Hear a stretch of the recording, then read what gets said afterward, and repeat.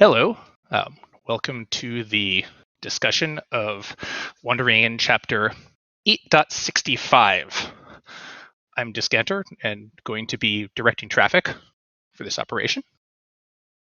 So, Chapter 8.65 was a significantly lighter chapter after this, after the last few fairly heavy and plot-intensive chapters, and I found it to be really pleasant, just kind of light read, nothing too incredibly dramatic, a little bit of lore drop, people talking to each other and kind of setting up for the next few things, getting to check in on some of my favorite characters, personal favorite being Nawal, and getting any of those things out. So my general impression of the chapter was that it was really pleasant. I was happy to see Nawal coming out alive.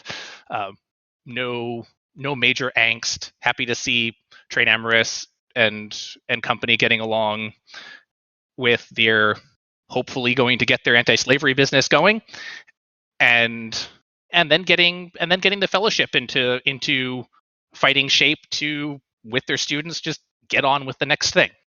So I don't really have any big problem issues going on with the chapter, but that was my impression. So does anybody have any of your reactions, initial impressions to this thing? I see some people typing. All right, Mr. Wiggles. So I found the chapter, just a nice solid chapter, like you said. I really enjoyed the slice of life feel that we had in this chapter after so long of going through more plot intensive chapters with the Treyarch. I did think the fighting scene was it was just a bit weaker than most fighting scenes that Pirate Abbott has written in the past. But overall, I really enjoyed it, and my favorite part was definitely just like learning about Nawal's what she wants to do in the future. And I'm really curious to see where Nears is going with this whole armory thing, like what he's going to do in the future. But yeah, I liked the chapter. Just a little bit weaker on the fight scenes overall, but it was a good, solid chapter. That's fair. Do you think it was the moment to moment writing of the fight scene, or the fact that the stakes were lower because the feeling was much less intense, or because nobody expects anyone major to die or anything? Oh no, I didn't. I definitely. I'm not one of those readers who thinks that the stakes need to be high every single time for it to matter. I can get into it for the journey of it, but the writing in this part was just a little more telling than showing what was happening. That's kind of what I mean. That's fair. And Pirate did say they were pretty low on energy, so there's that. All right, Oshi, you have things to say. All right, I had to shut down the music from Stardew Valley, which I am now playing.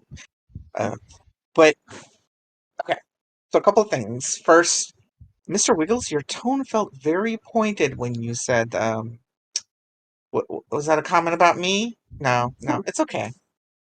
Won't get into it.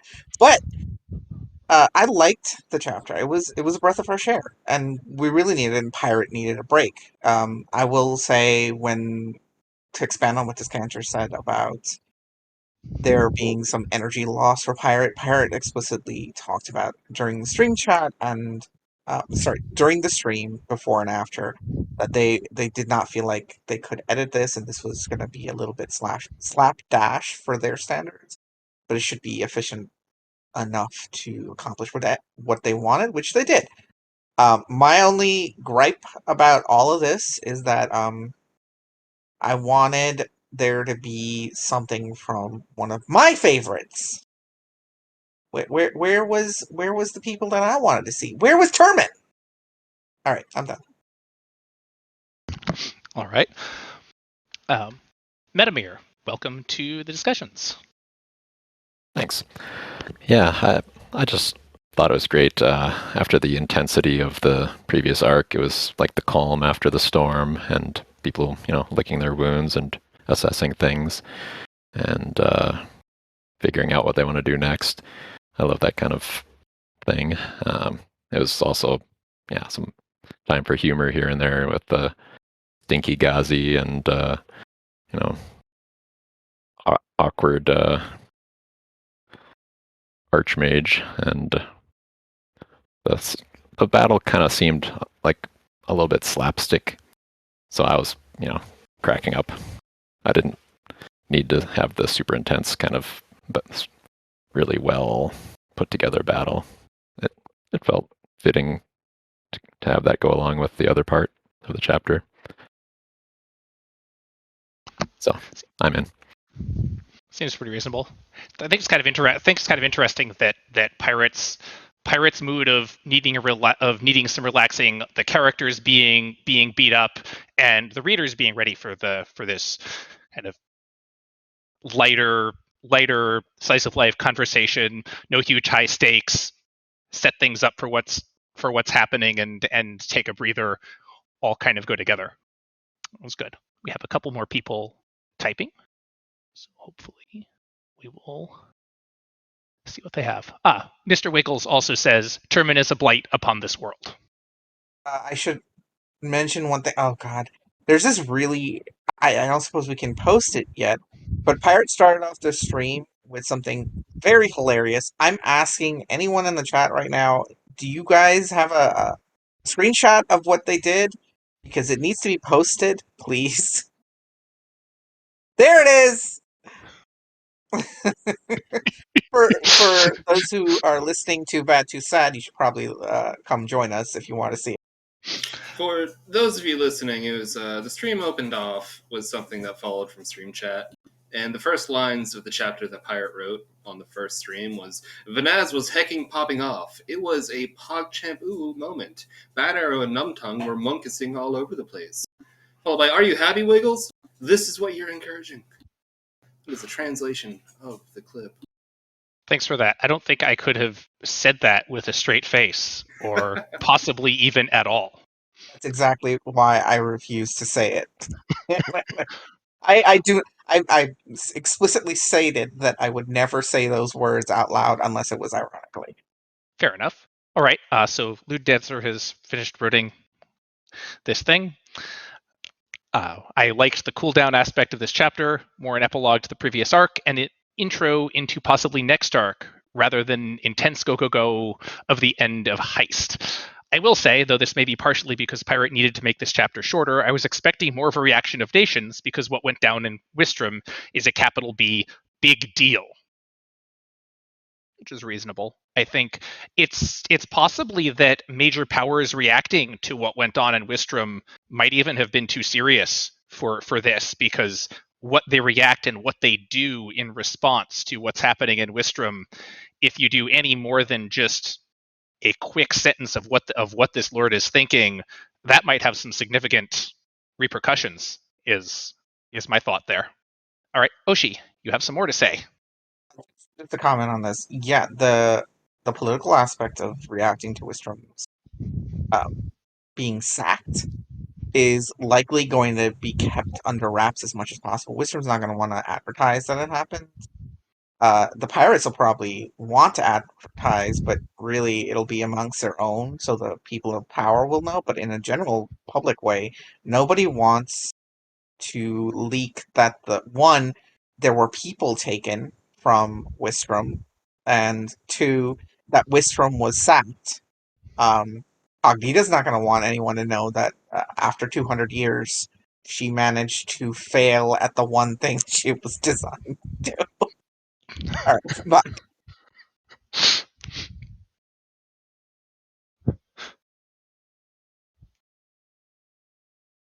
Did you have more, or was that pretty much what you wanted to say? That was it. Okay. Yeah, I think I don't know how they're going to be able to keep it secret. Just we'll wait for Kenan to type. I feel like there's enough scatter here between the pirates and the drowned people and the drakes, and heck, all these earthers that are wandering out. It seems to me like they aren't going to be able to keep it that secret. Now, Well, it's not whether secret. everyone It's not shouts it from the rooftops, what was that? it's not about secrecy though. It's just they won't advertise it. It's one of those things where a disaster happens and then nobody talks about it in the news, and then by the time you find out about it, everything's already happened and the world has moved on. You know what I mean? That kind of a situation is what they're going to go for. I think. I hope. That's fair. Let's see. Kynan says, on the fight scenes, I felt the fight dragging a bit once we knew there were no stakes for either side, Strategist v Fellowship specifically, because of Nirs. Especially just after the important fight with Marish, it was a bit of a letdown to have the characters smack each other around for what maybe could have been less words. So you're saying that the fight scene took up a lot of chapter real estate that didn't necessarily feel important, at least the fight between the strategists and the Fellowship. I think I can see that, especially where it felt like there was a really tense moment right after the fight, particularly with Venaz going, is Venaz gonna try to burn this bridge or not yet? And that, in some senses, may have been tenser than the fight itself. Got more people who are typing. Metamir says the situational awareness was a bit unbelievable. I thought it had to be a skill Nirs was using. All right. I think we're getting through most of the things, so I'll wrap up these and we can go on to questions. We're getting on to some more specific points in the chapter, so we'll start going through the questions. I've organized them roughly in the chapter order. Let's see. Ranaris says the Crimson Soldier got to shine though, which is absolutely true. So for all fans of the Crimson Soldier, we got some pretty fantastic things going on there. All right. So the first one is and Oshi says it could have been better. So for the first question is actually just a little bit general, but a Smith one is just what is your favorite moment of the chapter? I'm trying to think of what mine is. While just giving people a chance to type it. I think mine's probably figuring out that Nawal has a path forward. Is for me, because I've always been pretty invested, much more invested in Nawal than I have been in the amount of screen time that she has gotten. So was really happy to see Why that. Dyskantor? What was that? Why are you invested in her more than screen time has allowed for? Probably because she's got those elements of character who is really good at what she does, but has been sort of getting beaten and kicked around in various ways for most of her life, and I really want to see, and I just really want to see her do well. And she's, it's a little hard to say whether she's a great person or not, but she's at least not a bad person. And so she doesn't have any of the things that would turn me off, given those things that put me on her side a lot. You empathize with her more because of that, or is it just a personal connection thing? Probably a personal connection thing. Okay. Let's see, Mr. Wiggles has a point. But I definitely agree with you that the best part for me was hearing back from Nawal and seeing her vow. And I thought it was really cool that we finally got it. I consider it a skill, but I guess other people probably might not consider it a skill, but I consider that vow a skill. So like a blue skill is a pretty cool thing that we haven't seen yet. The only things have seen with blue has been in terms of like redemption and restoration of classes or removing of conditions and removing of classes. So I thought that was just a cool little moment that we got this chapter. Additionally, I'm a big goblin person myself, so learning a bit more about the Goblin Island was really cool. Learning that the Minotaurs basically keep a dossier on all the biggest goblin tribes around the world and what their capabilities are was really cool. And the best part was learning that there are other Great Goblin subtypes. Like that was a theory that many people had before this chapter, but just getting confirmation about it was really cool. Yeah, that was pretty fantastic. I kind of like how Pirate. Well, I'm waiting for more people to type. I kind of like how Pirate even in these lighter chapters manages to get you still get these pretty significant lore drops and things like that going. So I enjoy that.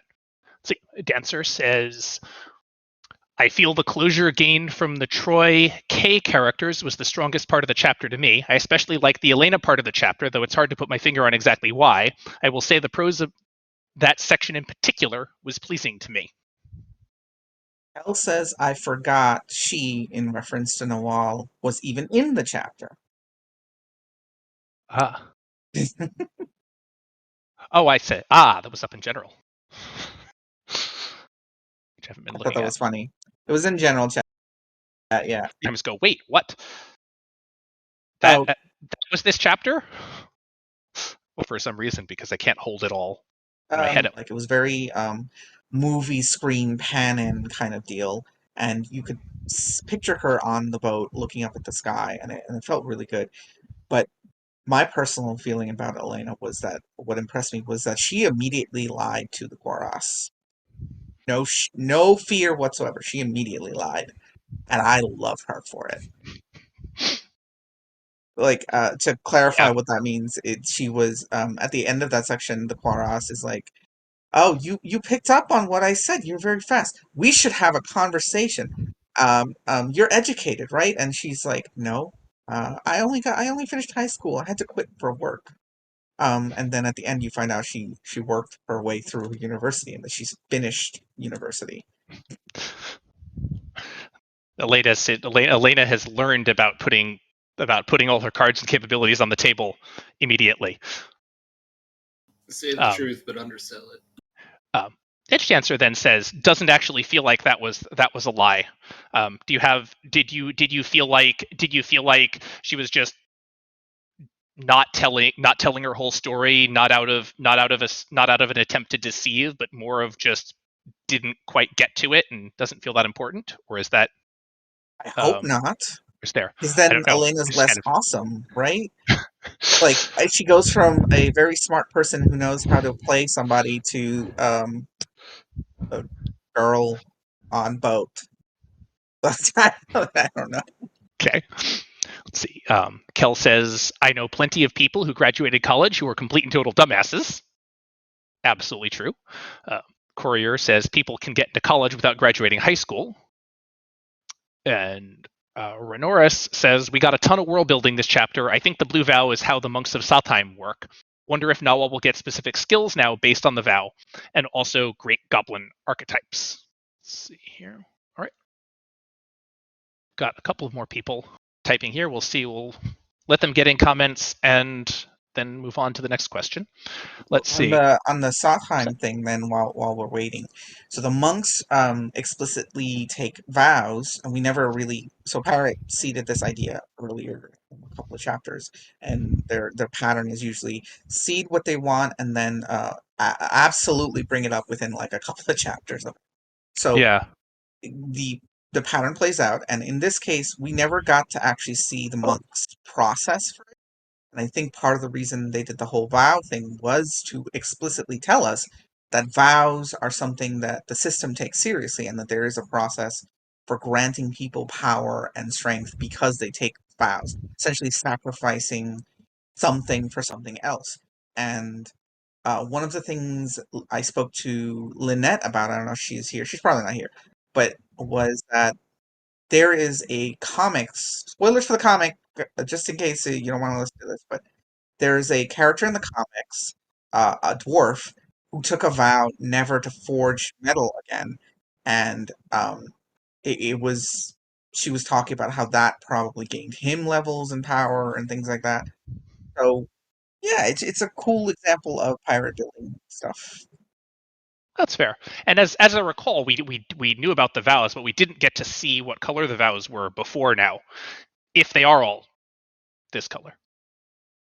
Well, there's Yeah. also wasn't there a vow from there was a red skill from the knight, the one who fought Bellavere.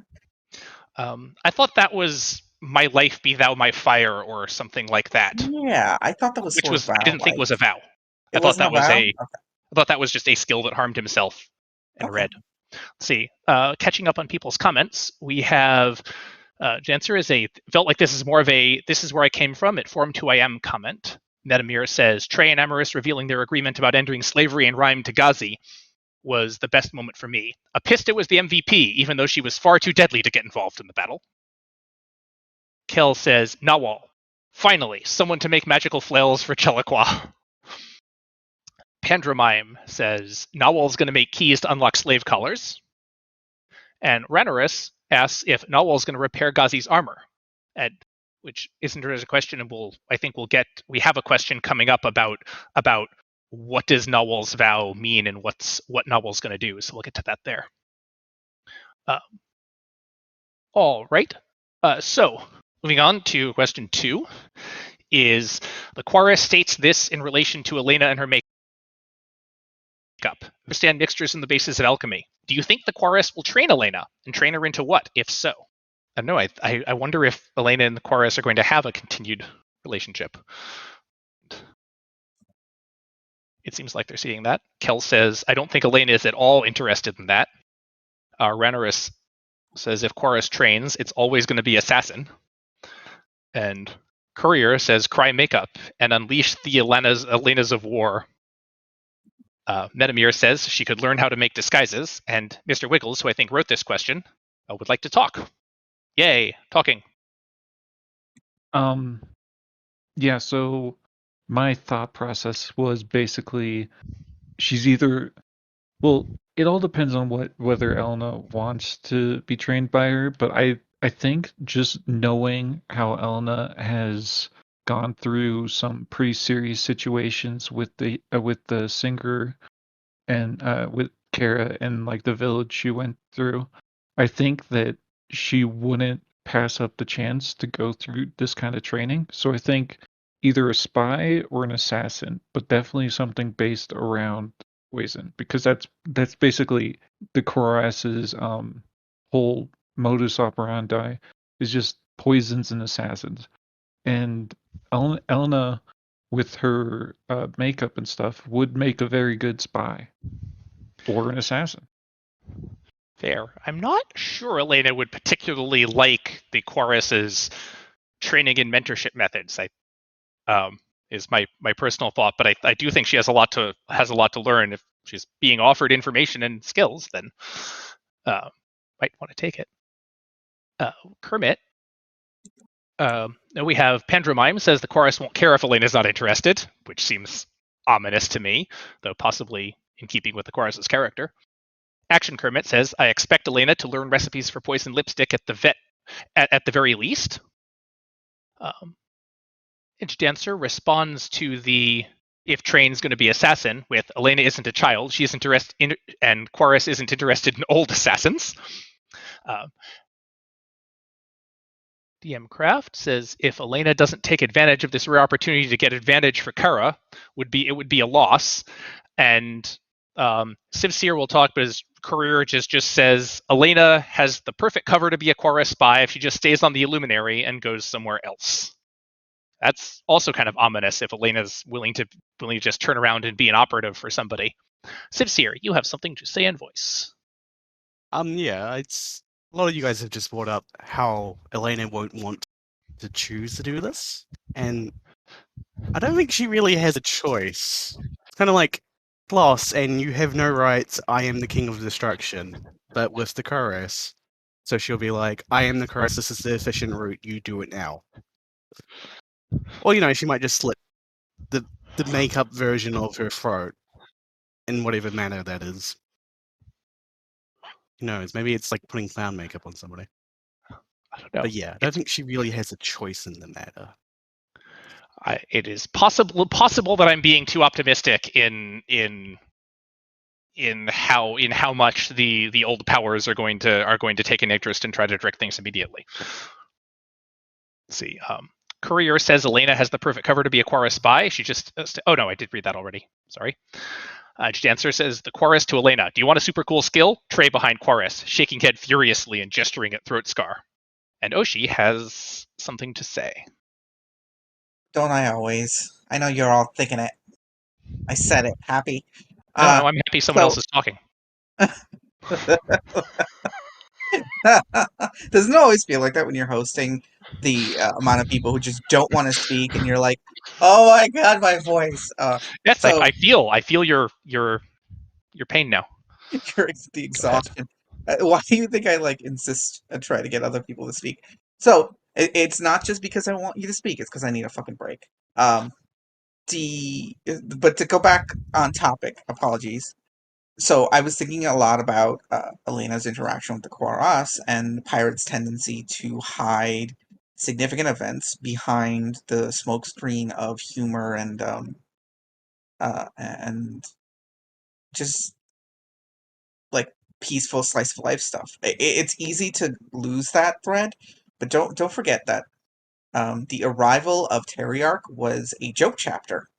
It was supposed to, and it hid some of the most significant aspects of developments, emotional developments, his interaction with dozens of people, his work, his meeting with his small and brief interaction with Aaron, and how and the conversation on the movie thing, all of it was hidden under a very slice of life thing, and it altered everything that Terriarch did from that moment on, and in the process altered everyone else.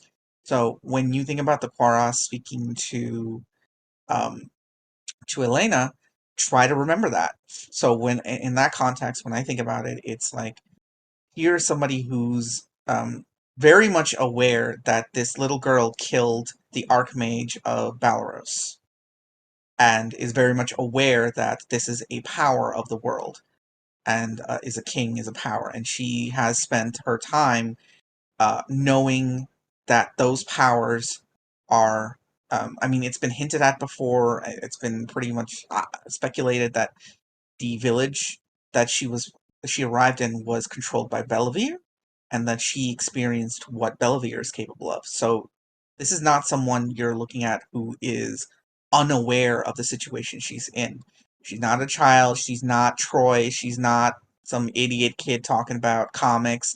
She's not the asshole from Wistrom, and she's not anyone else. She is self-aware, capable, and aware of her own limitations as well.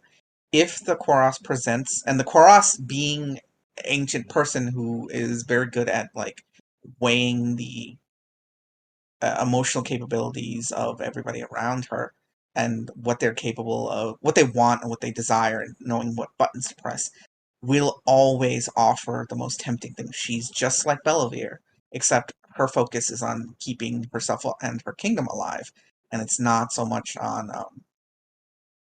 So there is a parallel there. She's going to offer some kind of awesome thing, and I think Elena is has enough. What's the word I'm looking for?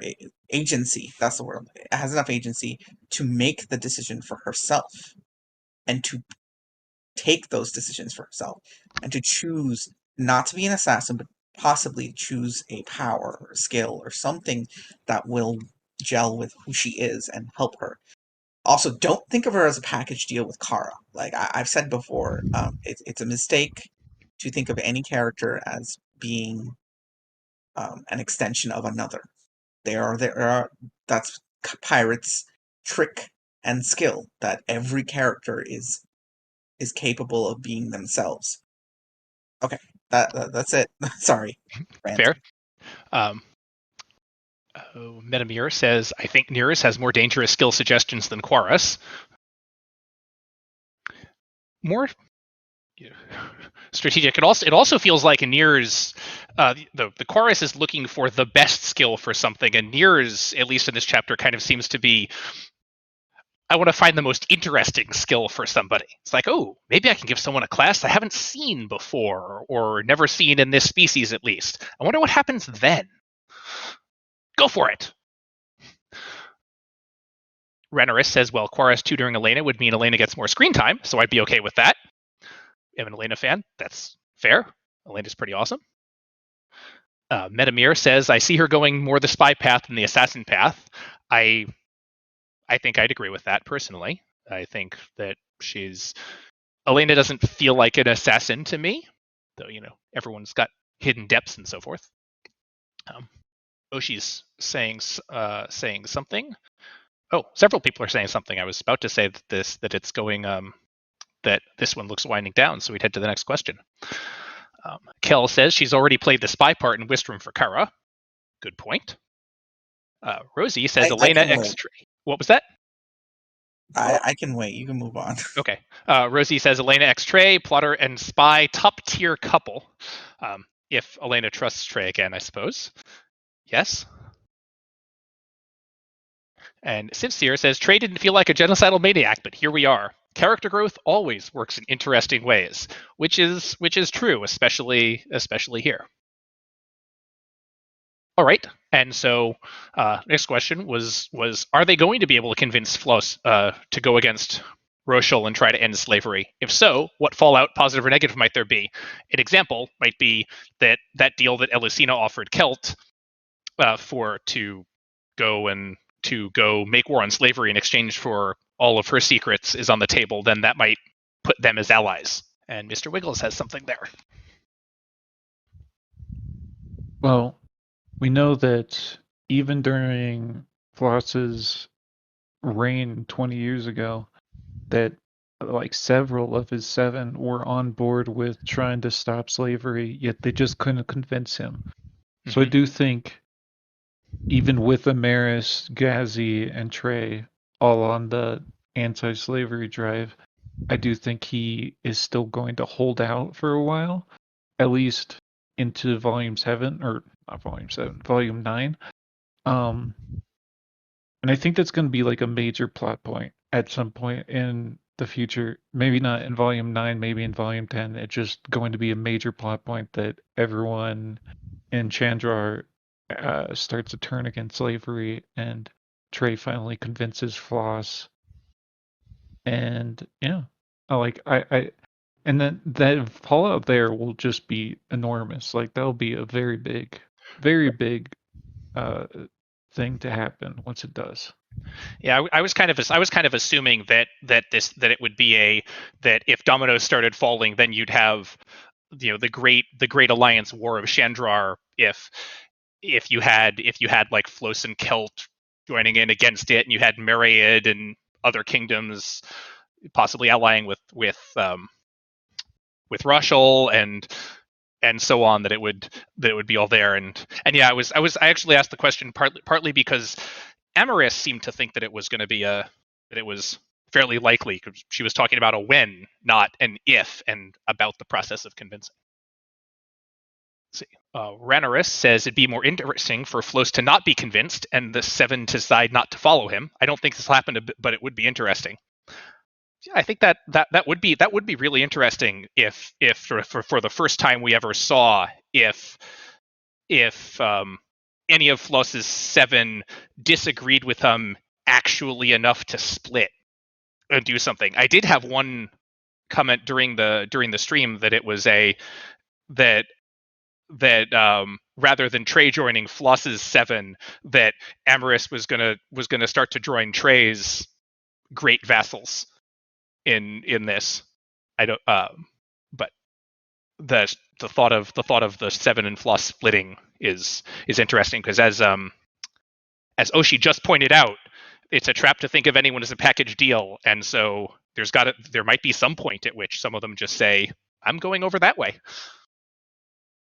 Sivseer has something, but first let's see. Oshi says old things, Rochelle don't die easily. Metamir says follow the money. If everyone bans slavery, that'll hurt them. Sivseer says ignore that ping. The internet broke. So doing that one.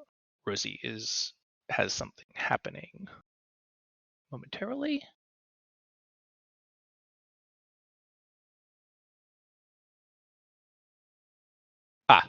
Ad says no, never mind. Yes. Can I missed out on this, but the aspect of buildup of anti-slavery people has been a consistent theme that Pirate has played out, especially building on the rebel thing from the Dead World and into having the cook from Pisces storyline get the actual rebel class. It's I don't the only thing that confuses me about all of this is where Pirate is putting Flos. Flos's whole thing is, okay, battle's over, everybody won, I couldn't help my vassal, and now I'm standing before the Lord who was her husband, weeping, and then it ends on this line of Paris being like the only casualty of the war. What the fuck? Like, where's Flos and Terrace? What the fuck kind of emotional and plot point place are they? Does anybody know? Does anybody get it? I just don't. I'm not connecting with it. I'm connecting with it, but it doesn't feel finished to me. It feels like this was less of an aftermath for them and more of a quick just snapshot into what's going on there. And so we don't really know. At least for me, I don't really know where it's going. It's not even a snapshot because it's literally just 5 seconds afterwards, and there's no actual information or meaning to it for me. Fair. For me. Okay. That's fair. Pandramine says, "Damn, Terry's really be like that sometimes." Ranaris says Terry's is crazy. So apparently a lot of chiming in on the Terry's is just going off the warbend, and Kel's comment kind of puts a cap on that with, I completely thought when Terry's mentioned the one casualty of war that she was talking about Nawal's horrifying sword being broken. So Kel thinks that at least immediately thought that Terry's was mourning the loss of the sword even more than Marisar. Courier was going to say something, but looks like deleted it. We need So doesn't say. we need like a repost. We need one of those people who thinks Terrace is like amazing and insane and not a sociopath. So I mean, I think she did well this chapter. Well, with the whole Noel thing, or was that last chapter? Terry's didn't do pretty much anything this chapter. No, but she hasn't died yet, and that's what's important. Because like a big problem with I think the rhyme plot and the whole war and how everyone's reacting is we're seeing a bunch of like A+ team people having to suffer through what will be at most a B- plot. Like no one can present themselves, like it's all chaos, and the only people that can really shine in this are probably too small to really do it. Nawal took the show for this plot. This was her story. Yeah, I think that's fair. I think that's also probably why I'm so invested in Nawal is everyone else has these major flaws, and Nawal just seems to be one of the most straightforward people, I think, in terms of she wants this. She hasn't done a huge amount of. I mean, she did the like don't tell anyone about the sword thing, but she's mostly been trying to get along. How much did I miss? Sorry. No, she's mostly been stuck in her own head. Yeah. With this absolute death loop of not a mental thing, just an emotional issue. And like the only person that would have been around to help with that is Alpha Wistrom, and has been the whole time. Like the only person that would be able to bounce Nawal's angst and like send it back at her to not have gone this direction has been gone for weeks, months. That's fair. Metamir says they know more will be coming and are counting the losses, so they're thinking only in terms of high-level people due to how important they are. And Terry's has changed a lot. Yes, Terry's has absolutely changed some. So the question is, do we like that change or not? Pandramine says Terry's went sicko mode this chapter. And Metamir also follows up with, I thought Nawal and the Cruslins were equally focused on In the Rhyme's siege, and their family drama was powerful. All right, I think that kind of puts into here. I have a question about is Trey keep the betrayer status for the Earthers, or do they kind of come around more? I kind of asked the question because he's kind of in this state where they're talking to him because he's fellow Earther, and they don't seem to hate him a lot, but nobody from Earth, at least here, seems to really trust Trey now. And I'm kind of wondering if he's going to keep that outsider status, or for how long, or whether they'll pull him back into the trusted companion at any point in the near future, or even long-term future. It could be permanent. Pandramine says, "I hope so. Earther solidarity in general breaking would be very interesting. No more instant trust between groups." So, Pandramine, is that you hope that Trey kind of stays as the Earther who betrayed the others, or at least led them astray, and is not dealt openly with them, or is that I hope he reconciles? It seems from the follow-up that it's more that you hope that he kind of stays broken with them, but I'd like to be clear about what you're saying there. You're typing that. French Cowboy says, "Don't know how much betrayal it actually was, because what he did was intentionally successful and beneficial to the Earthers. The real people he betrayed were the Shade Ward and the Drakes." How did he betray the Shade Ward and the Drakes? People responding. Gave them bad info and set them up. Edge Dancer says, "Didn't betray them, he used them."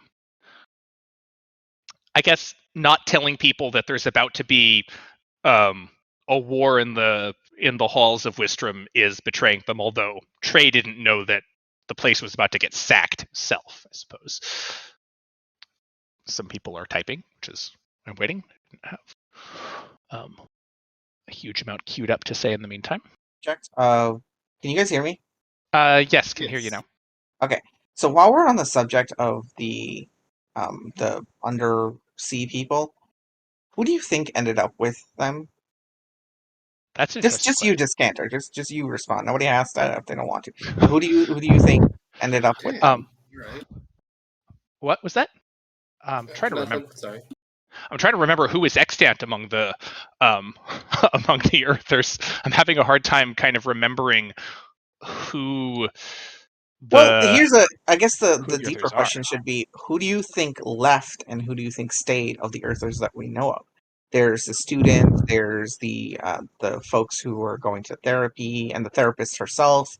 Mhm. There's the group of musicians, the actor that was mentioned who was working with some folks, the airsoft guy, the folks who were working with the asshole. I think we also covered Sheep Dude and the sailor, and I think that's all I can remember right off the top of my head.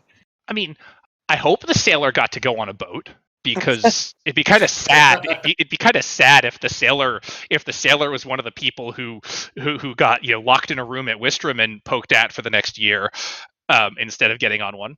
Let's see. Oh, So people. I should mention also the God, what was, I just lost track of the thought, but it's important. I'll think of it in a second. Okay. The We'll catch up on the comments.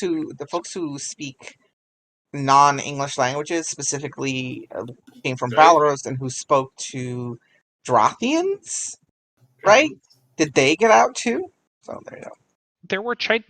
There were people mentioned as being two other Chinese people on the boat with Trey. I think to go with the ones that hung around Shun and Zhang. Let's see.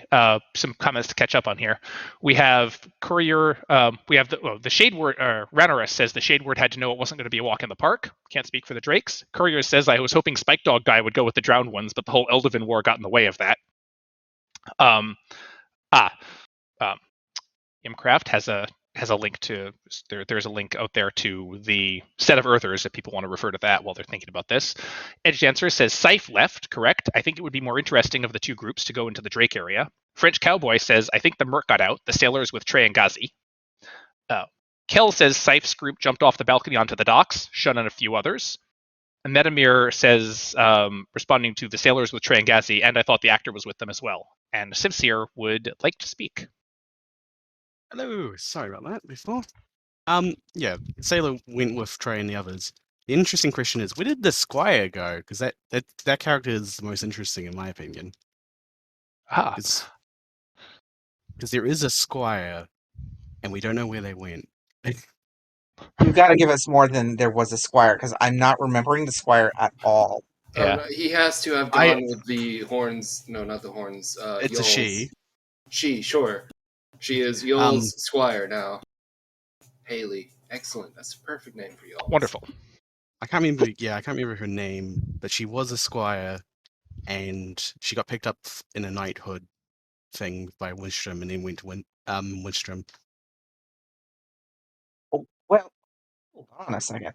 I remember there being that there was a Squire. I don't remember that it was significant.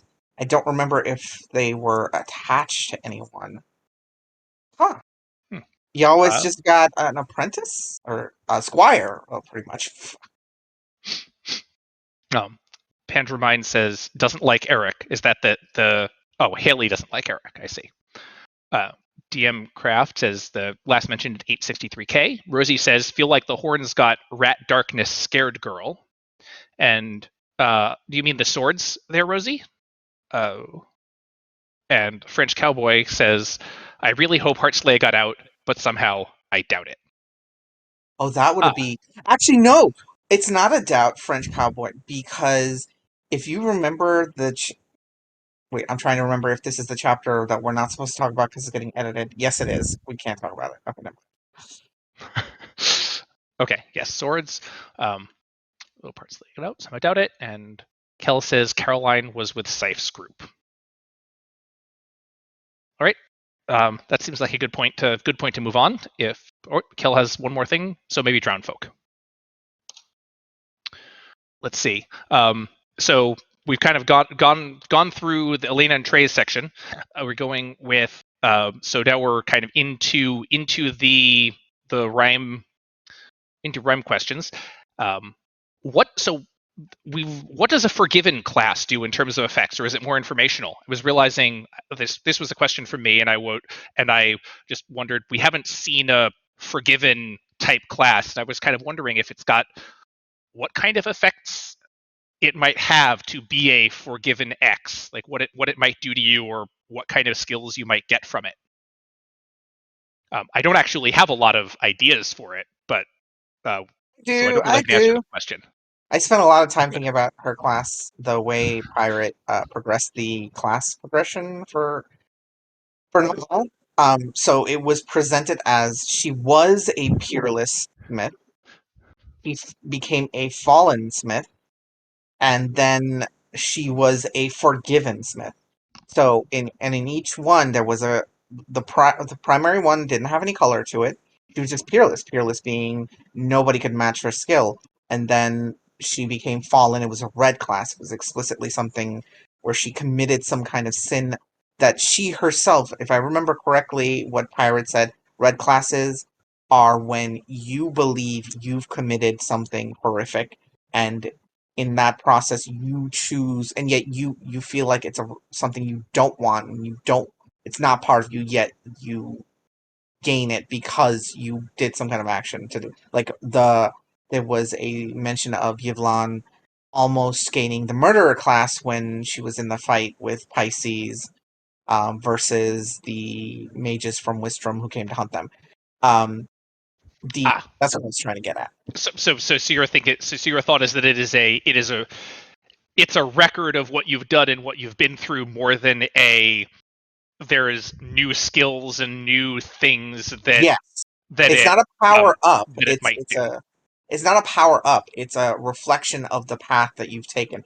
And I'm betting that when you become forgiven, there's also something on the other end that you can become. Was it forgiven or redeemed?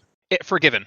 Yeah. So maybe there's like some path to that class that leads somewhere that leads you back to peerless somehow, or something even better than that. What's the narrative EM rule where heroes must experience deep emotional challenges, falter, and then when they come back, they always come back 3 times stronger? I don't know. There's a over trope there. about that one. Let's see. There were some people. Metamir, I think it says it just overwrites the fallen aspect class. I think. Polaric wonders about Halrek's red skill. They walk with me. I'd forgotten that was a red skill. Eteron says, "What other red classes do we know?"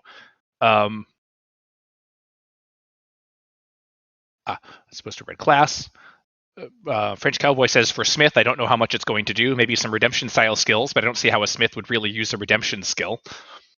Edge Dancer says, I'd say the forgiven part of the class would either let you keep the skill types gained during red class, or perhaps negating the negatives of skills gained. Possible. Yamcraft rates. It has a link to do. I think this is when Lionette got her class back. There was skills and classes were restored in blue. Lionette just got her original princess class back, as opposed to getting some variant, but then got upgraded to worldly princess. Well done, Lionette there. French Cowboy on the Halrek's red skill says, I think red skills are different from red classes. Red skills seem like they have some kind of aspect of sacrifice to them rather than being evil or wrong, which does sound mostly right from what I remember. Let's see. That's fair. This one doesn't need to be a huge long question, and we have a lot more questions to go through, so we don't need to spend a huge amount more time on there. I just wanted to kind of speculate a little bit about the exciting new class. And next one is where will Nawal go from here? Will she become like Drevish and construct metal wonders? I think Mr. Wiggles asked this one.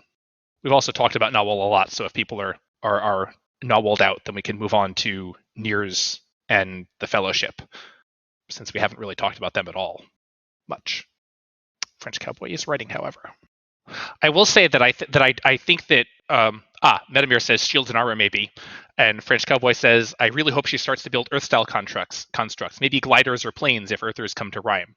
That would be an interesting thing of so kind of going the Pelt route of starting to make complicated civilian things.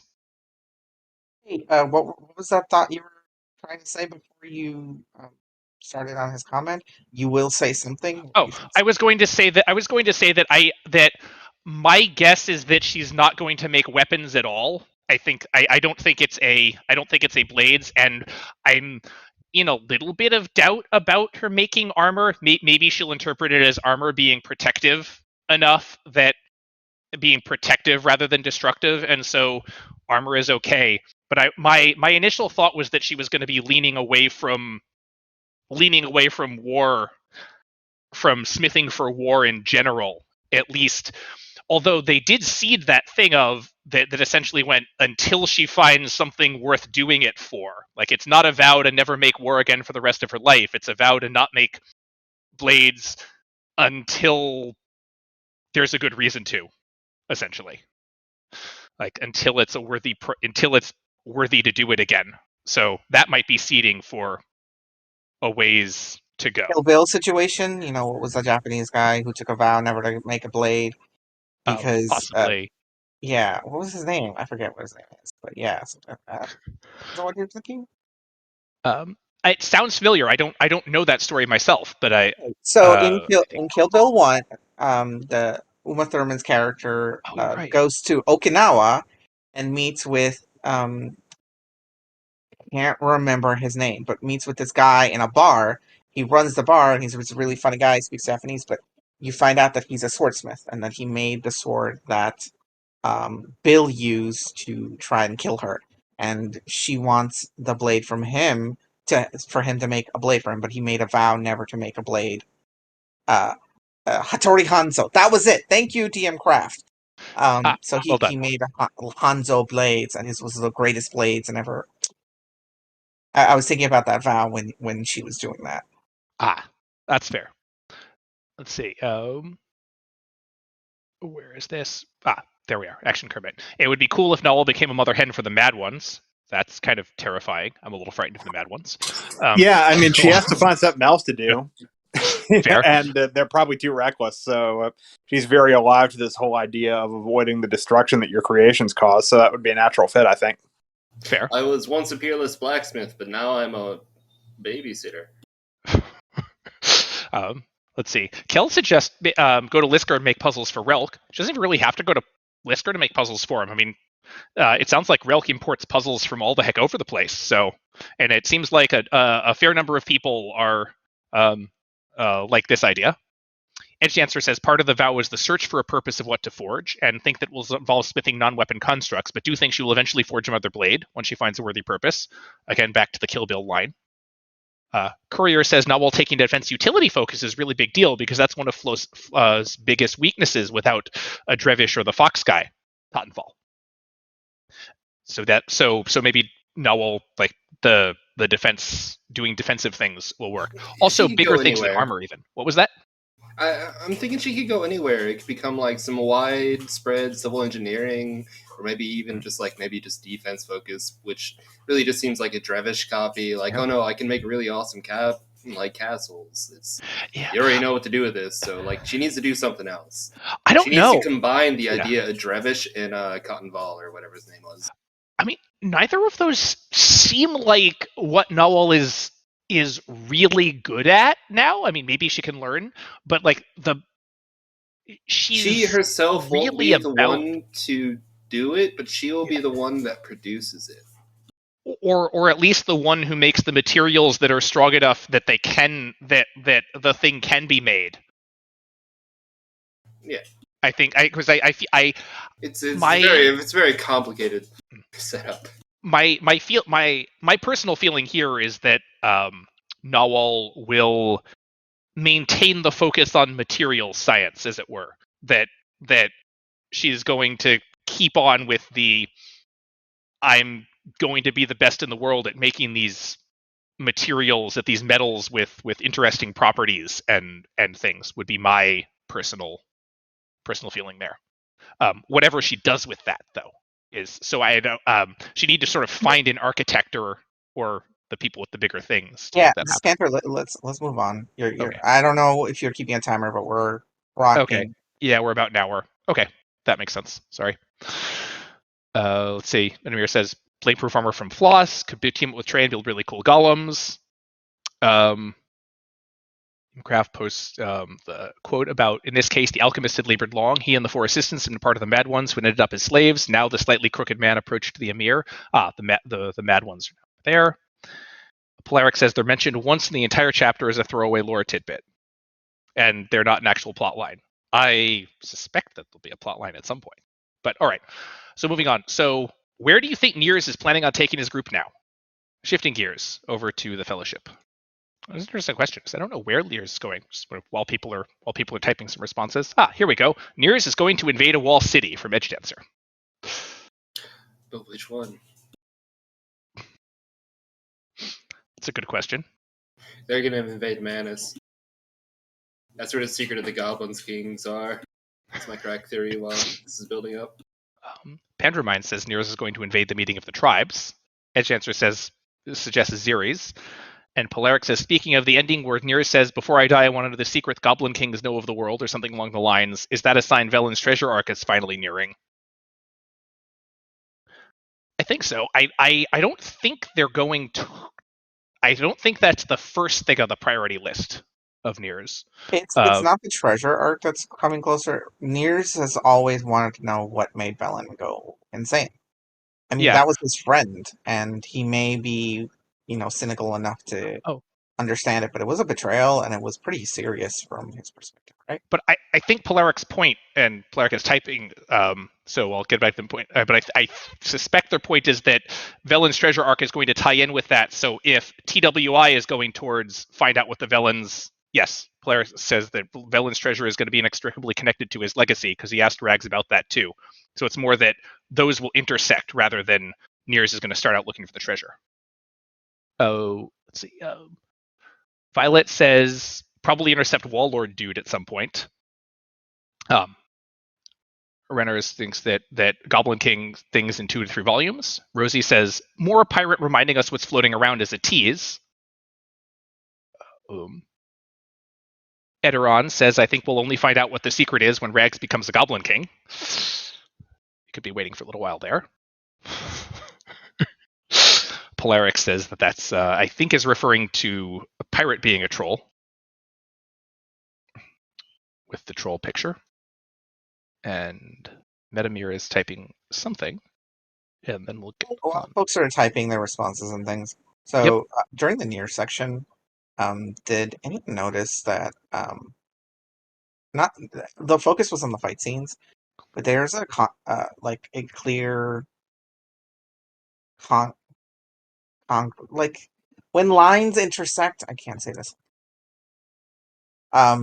Parallel? No, not parallel.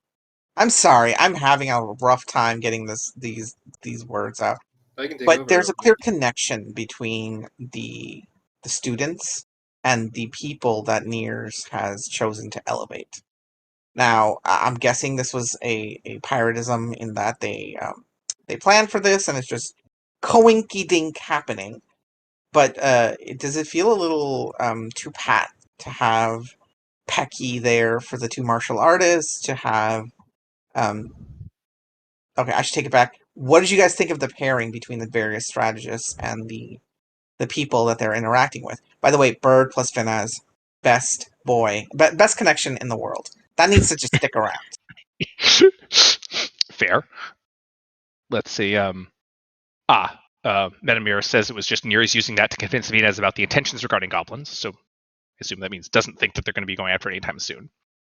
It just says a confluence. Polaric is saying the threads are weaving together. Ranaris says likes the connections. Polaric agrees. One of I you don't guys, know what Courier is. Whatever. I know you guys have mics. One of you stop typing and speak so Dyskantor's voice can be preserved. Please. Yeah, I tried to do that. I just didn't feel like trying to remember rhythm and brews. Just say I need to Dyskantor, collect guys. myself. Dyskantor also works. You can add Yeah. Dyskantor and it'll work. I forgot that.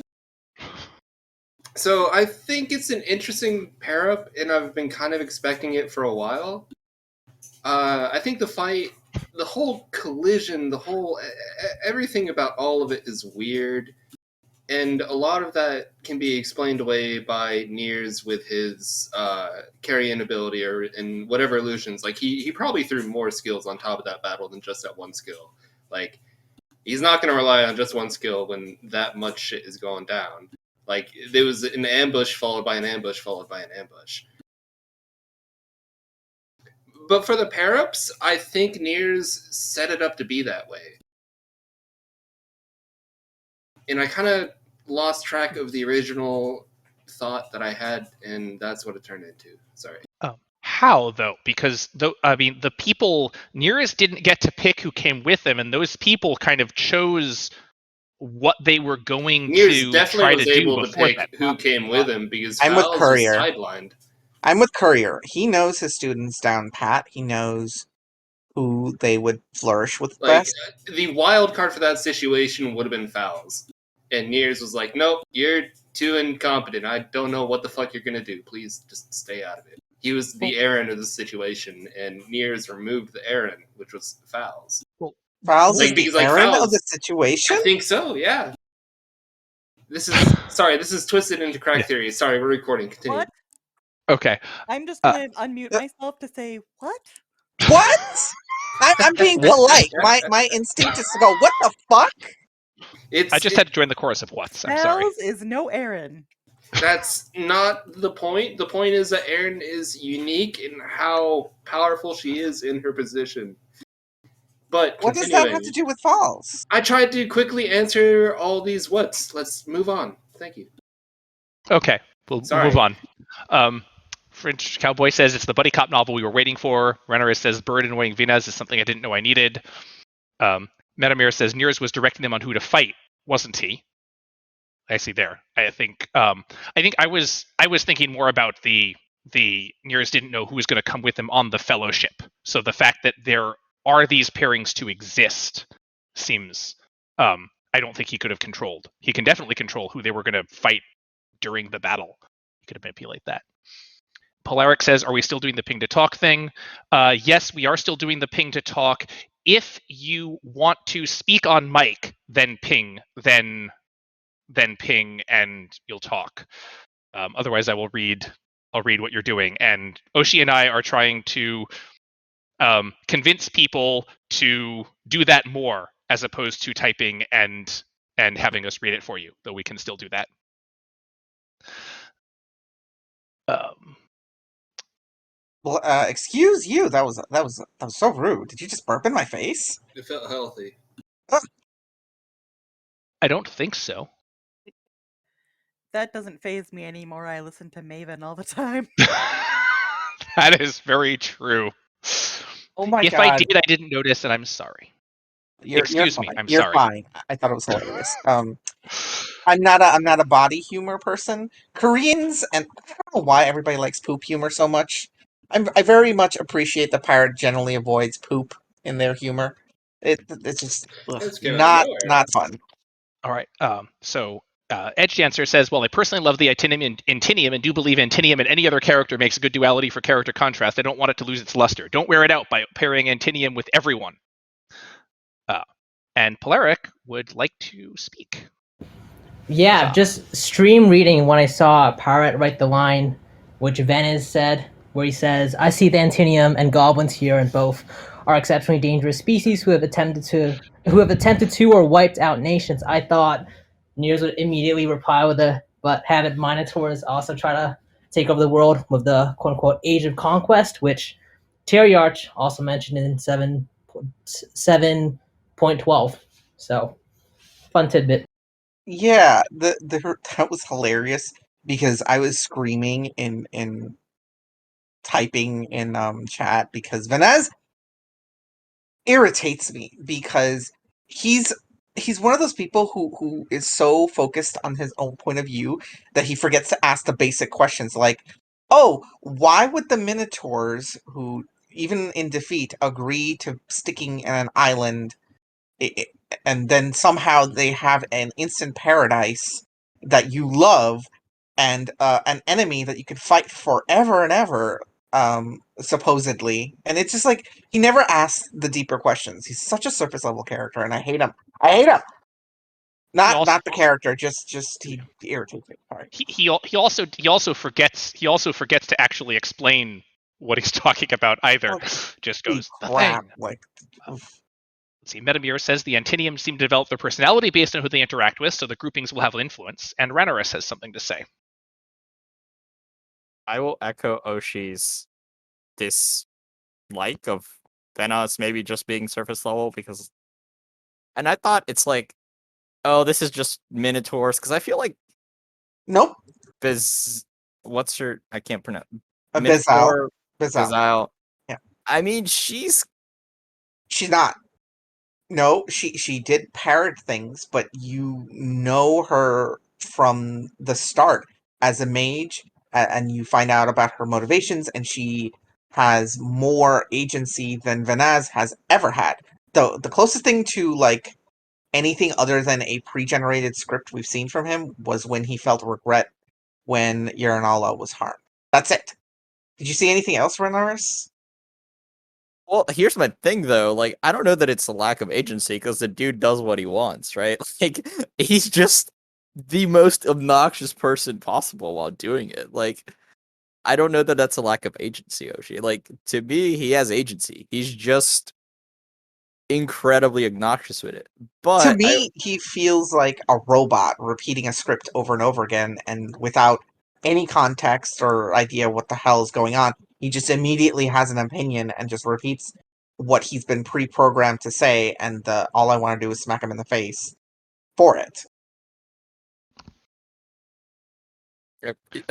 But I did. The thing I wanted to add was, you know, I do think Nier's influenced it, and it is interesting because it's kind of like Nier's kind of picked who could go with him, but I mean, Selkis is still around, and Nier's knows that Selkis is just like, yeah, this person is like not somebody I want to be like advancing at all. So like when like he gave people advice, and he gave most people like genuinely helpful advice, and then he gave Selkis like this advice that was just like, I mean, technically you're right. Yes, this would be you would get a skill from that, but man, it was not in the same vein. So I thought that was interesting. And I mean, obviously Niers will know, but it's kind of interesting that she's still there, and I'm just kind of wondering like what role is she going to play, because you know, there are some Ryoka threads in there with the phone and everything, but it's like Yeah, I'm curious about Selkis because she's just kind of been. She's kind of like the black sheep of like a otherwise relatively decent group of folks. Just going to skip ahead just a moment to Kermit's response of Sulcus is going to betray Niers 100%, so that might be her role in here. Edge Dancer says on the Vinaz thing and Bezel got dumped by the Minotaur homeland, essentially. Vinaz is the archetypal out-of-touch noble. And Andy says Gary and Falls are going to lose their absolute shit when they find out. I think that was about Sulcus again. I would tend to agree with that. And Sipseer has something to say as well. I think the important thing with Venus is that, or however you meant to pronounce his name, is that he's the archetypal Minotaur. He's the one who's bought into the propaganda / indoctrination / culture. So he's our look at what the general belief in Minos is. And that's why because Oshi was complaining that he's on a script, but he's the one who buys into it. He believes it. He's an introduction to what the rest of Minos is like, other than Bizzle, who's an wisdom mage, which is inherently sus, and Kaldas, who's slightly insane, so we can't really judge him to the rest of his people. Yeah, you can. In Volume 1, he was the prototypical Minotaur, right? He was presented as such. He fought with people, but even then, he never had the sense of self-righteousness. Or maybe he did, but it wasn't so front-facing. Felt like he knew how to, like, peel it back a little and to trust other people to have good decision-making skills. Banaz seems to think that the only people who have any idea what the fuck is going on is him and his dick. That's fair. So let me get through these, and we'll wrap this one up because we're getting close to an hour and a half, and I want to get to some of the goblin questions before we close the recording. Rosie says, "Can't wait for the Knoll Fighter to try his stuff on Sulcus and see the whole Raiders." French Cowboy says, "Venez feels like a zealot." And Yimcraft says, "Minnow Island only lets out their zealots." So it is an interesting point that we don't know how representative Venez is of, like, the other Minotaurs on the island of Minos all as rigid as he is, or is sort of the average Minotaur that level or less so. I can't imagine them being much more rigid. That would be kind of frightening. Let's see. Damcraft has one more thing to say. Renoris. So just so people start queuing it up, the next question is going to be that we know that there are other types of great goblins outside the Fomorellans. What theories do you have about potential other great goblins?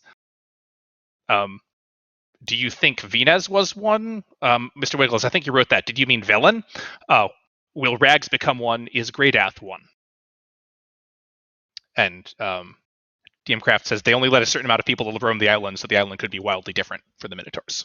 Yeah, while people are writing, I'm really excited to see what other kind of great goblins, there were. I just actually realized I realized that everyone has been kind of assuming that Greydath is a hob, is just an old, really skilled hob. Let's see. Ranoris says that I think the last two Goblin Kings were Fomorellan type. Can't spell that. Do you mean Kurlak and the one before them, or do you mean Velen? Polaric says, a Goblin Lord haunts the Isle is that the reason the House of Minos must fight to deplete their numbers. So only one Goblin Lord is somehow holding back, obviously with Goblin forces, all these Minotaurs. Renoris says Velen and Kurlak. I didn't get the impression that, respond to you, I didn't get the impression that Velen felt like a Fomorellan. It felt like they were at least more of a standard goblin shape, whereas the Fomorellans were the huge ones. Kel says Velen was just a hopper, at least as he was described. It's also another interesting question is whether the other great goblin types are enough significantly physically in appearance different from hobs. So would we know necessarily, or might just we think that some great goblins are hobs? Edge Dancer says Velen was not a Hulk goblin; he was just doing roids. And Polaric says Drathian type beat. I don't know what that means, Polaric. If you could expand upon that slightly, it would be there. We're actually let's combine this with some of the other Goblin lore drop topics here. For instance, is Great Ath alone in being the Goblin Lord of the Goblin Island, or do you think there's more than one Goblin resident there? And the who is containing who relation to the Minotaurs and the Goblin Island. So we're going to open to just any of those three questions for Goblin lore drop discussion at this point. Kel says, would guess they're all similarly different, possibly all monstrous like Trembereg et al. And Ranaris has something to say. I think Minos has wrong info on the number of Goblin Lords. I think there's more than one. That's my first thing to say there. I do think the Goblins are containing the Minotaurs. My thing is the Minotaurs have this PR campaign going of where they're, oh no, we're super good, guys. We're fine. Like, don't worry about us. We're gonna fight goblins for free. You know, we're gonna go fight floss for free. This and that. But ultimately, nobody's letting them land anywhere, right? Like think about that. Like, nobody's letting them actually like try and go anywhere and try and claim land. So to me, that tells me like if they're doing it because they don't have they're trying to present this nice image because they can't necessarily force the issue because of the goblins. But if they could, I think we'd realize why nobody's letting them on land. That's a good point. I had not actually thought of that before. Courier says Minotaur PR is really similar to Antidium PR, and Oshi says, "Ha, you see it too." So apparently you have good company with this opinion. I will say, while I hadn't thought of it, I'm not saying that this opinion is wrong. I think that this is actually pretty likely that it's historically set up. Courier says, "Who knows if Goblin PR is a thing?" I recall someone mentioning something about the Goblin Kings going mad and something about the collection of Goblin Lords using the Goblin Kings, which would seem to imply that there are more than one Goblin Lord in general existence at one time to do that. I don't have the quote in front of me or remember what chapter it is, so if someone manages to pull that up, I would appreciate it. But I do have a recollection of that. Kel says, while this may actually lend more credence to the goblins or fae theory, Evelith says something about the Fomor, and now we have Fomarillin. Oh no, the goblins are X theories coming out of the woodworks are something that terrifies any person involved in TWI discussions. And we have some people who are typing some responses. Kel follows up with Fomor, also spelled Fomor, Fomhoire, in Irish myth, a race of demonic beings who posed a threat to the inhabitants of Ireland. Sivseer says goblins are demigods, not elves or fae. Shake my head. Renaris says it was Trembereg who had said something about the lords driving the kings crazy, right? It could be. I don't remember, which is part of why I was asking question. Let's see. I don't see anyone else who is saying anything. There we go. Polaric has, quote, Trembereg's breathing was weaker. He gestured Rags closer, gasping for air. Greydath, the true lords search for a king, not because we need one, but because they can use them. You do not remember. Kurlak listened and they used him. Velen did not, and he died less than a year after becoming king. So, you think that was all he lived? You have not seen his past. Kurlak, lived longer than Velen for years, but when they were done with him, the lords, they betrayed him.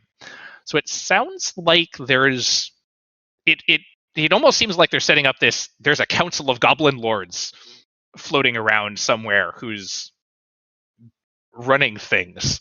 Dimcraft says they're Goblin Illuminati, which Renaris agrees with.